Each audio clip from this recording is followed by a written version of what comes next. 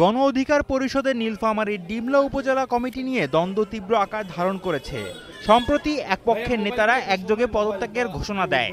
বাংলাদেশ গণ অধিকার পরিষদ ডিমলা উপজেলা শাখার আমি দায়িত্বরত সভাপতি হিসাবে আমার সকল সহযোদ্ধা কর্মীকে নিয়ে এখন পর্যন্ত আমরা কাজ করতেছি, কিন্তু বর্তমান গঠনতন্ত্র অনুযায়ী গণ অধিকার পরিষদের যে গঠনতন্ত্র আছে সেই গঠনতন্ত্র অনুযায়ী আমাদের কিছু জেলা কমিটির অনিয়মের কারণে, দুর্নীতির কারণে আমরা আজকে এই সংবাদ সম্মেলন করতে বাধ্য হচ্ছি। আসলে আমাদের এই কাজের কোনো আমরা জেলা কমিটির কাছে কোনো মূল্যায়ন পাচ্ছি না। আমরা শতাধিক নেতাকর্মী একযোগে আমরা পদত্যাগের ঘোষণা দিচ্ছি।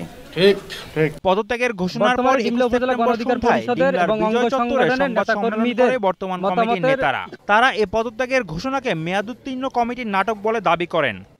ডিমলা উপজেলা গণ অধিকার কমিটির বর্তমান সভাপতি মোহাম্মদ মাসুদ রানা এবং সাধারণ সম্পাদক মোহাম্মদ মোস্তাফিজুর রহমান রাজ এবং সাংগঠনিক সম্পাদক বসুন্ধরা ডায়াপেন্ট এখন আরো উন্নত।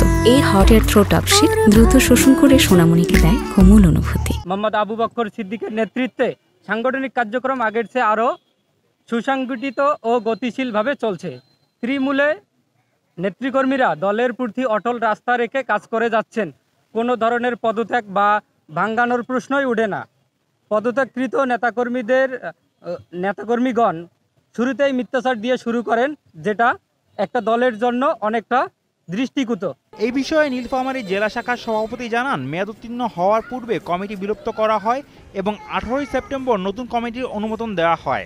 আমাদের গত ডিমলা উপজেলার কমিটি মেয়াদ উত্তীর্ণ হওয়ায় গত মাসের 18 তারিখে বিলুপ্ত ঘোষণা করা হয় জেলার পক্ষ থেকে। সেক্ষেত্রে দলীয় কাজ এগিয়ে নেওয়ার জন্য নতুন করে কমিটি দেওয়া হয় গত পরশুদিন। সেখানে নতুন কমিটি আমরা দিই।